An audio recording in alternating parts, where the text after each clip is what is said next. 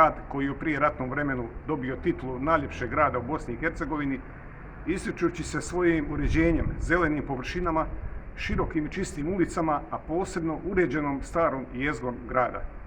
Danas slika moje Čapljine izgleda ovako, bar što se tiče ovog dijela grada. Ono što imamo nismo naslijedili od svojih prethodnika, nego smo posudili od generacija koje dolaze poslije nas. Glavno je pitanje šta njima ostavljamo. Nije dovoljno samo riječima izražavati patriotizam, nego i djelima. Ovaj dio grada bi trebao biti značajan dio kulturnog nasljeđa svakog od nas. No danas se nažalost s punim pravom može reći kako stari dio grada propada, te je isti napušten prvenstveno od lokalne zajednice. Zapuštenost i nebriga na ovom lokalitetu je nedopustiva. Upravo zbog nebrige lokalne zajednice i preseljenja grada, zanemarujući sve ovo oko nas, stari dio je izgubio svoj stoljetni smisao i pretvorio se u prostor kojim samo prolazimo bez želje da se zaustavimo.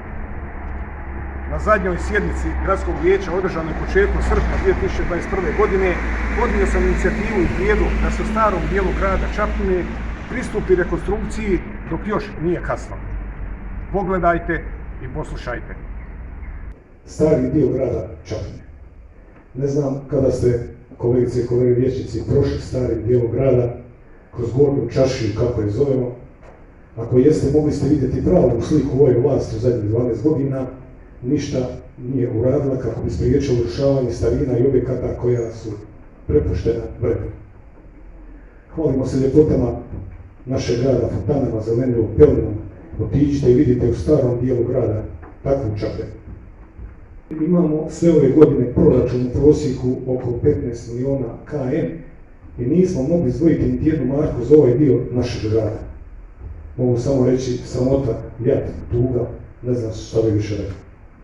Svako mjesto se ponosi starom jezgrom i kada dođete u neki grad ili općinu tamo gdje vam preporučuju, gdje vas savjetuju, jeste da odete u stari dio tog mjesta. A šta mi možemo reći i preporučiti, ovo nije dio grada Čapljine. Ili zato što tu ne žive tajkuni, gradska elita, istaknuti partijski članovi. Zato smatram da je krajnje vrijeme da i ovaj dio našeg grada doživi obnovu i rekonstrukciju.